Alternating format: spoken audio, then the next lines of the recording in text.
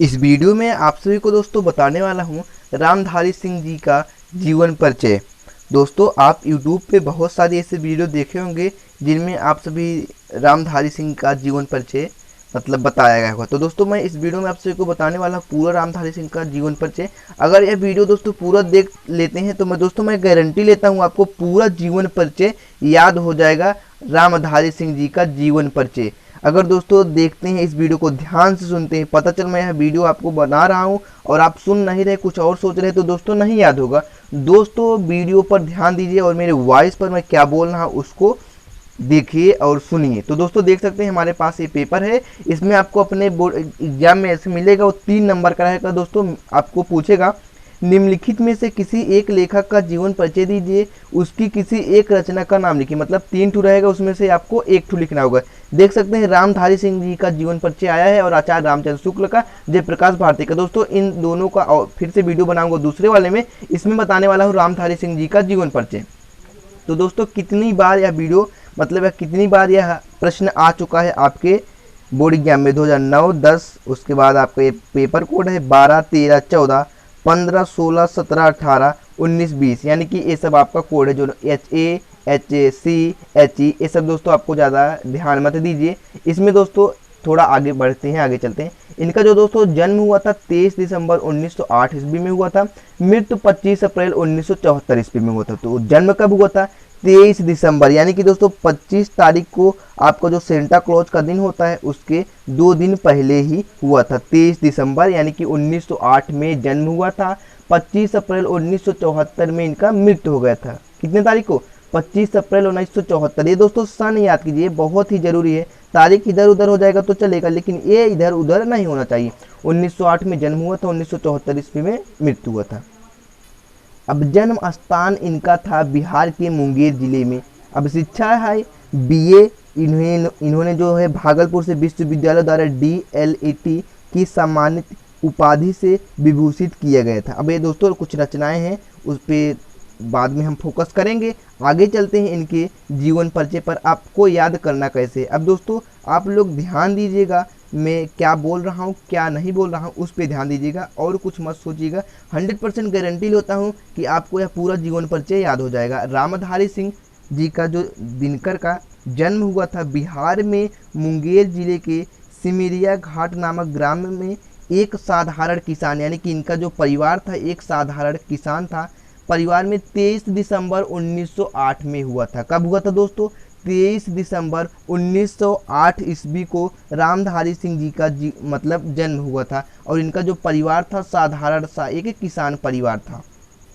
Primary तथा middle परीक्षा पास करने के पश्चात इन्होंने मैट्रिकुलेशन परीक्षा मुकामा घाट HI स्कूल से पास किया। पटना विश्वविद्यालय से BA पास करने के उपरांत मुकामा घाट हाई स्कूल के प्रधानाध्यापक हो गए। इसके पश्चात सरकारी नौकरी में आ गए, फिर बिहार विश्वविद्यालय के हिंदी विभाग अध्यक्ष पद पर आसीन हुए। अब दोस्तों इस पर आपको ध्यान क्या देना है, इनका जो परिवार था किसान था। उसके बाद 23 दिसंबर 1908 ईस्वी में किनका जन्म हुआ था? रामधारी सिंह जिनकर का जन्म हुआ था। उसके बाद दोस्तों इन्होंने प्राइमरी तथा मिडिल परीक्षा पास करने के बाद, यानी कि जब प्राइमरी और मिडिल परीक्षा, यानी कि प्राइमरी 5 तक होती है, उसके बाद जो मिडिल परीक्षा होती है वो 8 से 10 तक 8 तक होती है। उसके बाद पास करने के पश्चात मैट्रिकुलेशन परीक्षा मुकामा घाट HE स्कूल से पास किया। बस दोस्तों इतना आपको ध्यान देना है। अब आगे चलते हैं।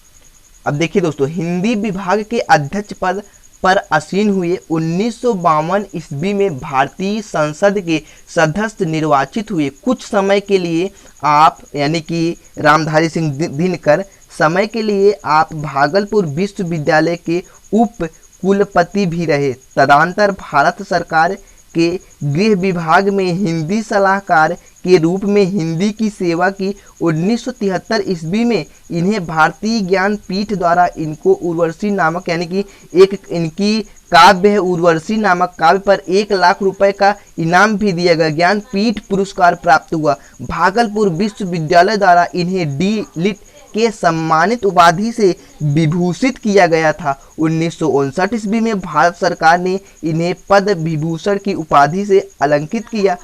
प्रतिनिधि लेखक तथा कवि के रूप में इन्होंने कई बार विदेश यात्राएं भी की है दोस्तों। इन्होंने कई बार विदेश यात्राएं की, ऐसे भी लिख सकते हैं। 25 अप्रैल 1974 ईस्वी को इनकी आकस्मिक मृत्यु हो गई है। फिर दोस्तों ऐसे लिख सकते हैं 25 अप्रैल 1974 ईस्वी को रामधारी सिंह दिनकर यानी कि हमारे बीच नहीं रहे या इनकी मृत्यु हो गई। समझ रहे हैं दोस्तों, आप ऐसे बनाकर लिखते हैं, जितना कम हो सकता है उतना कम लिखिए दोस्तों, क्योंकि 80 मतलब 80 शब्दों का दोस्तों होना चाहिए, 80 यानी कि 80 शब्द से ज़्यादा नहीं होना चाहिए। और 120 भी हो जाएगा तो भी चलेगा, लेकिन ज़्यादातर 100 के अंदर ही रहिए, 100 के बाहर मत जाइए।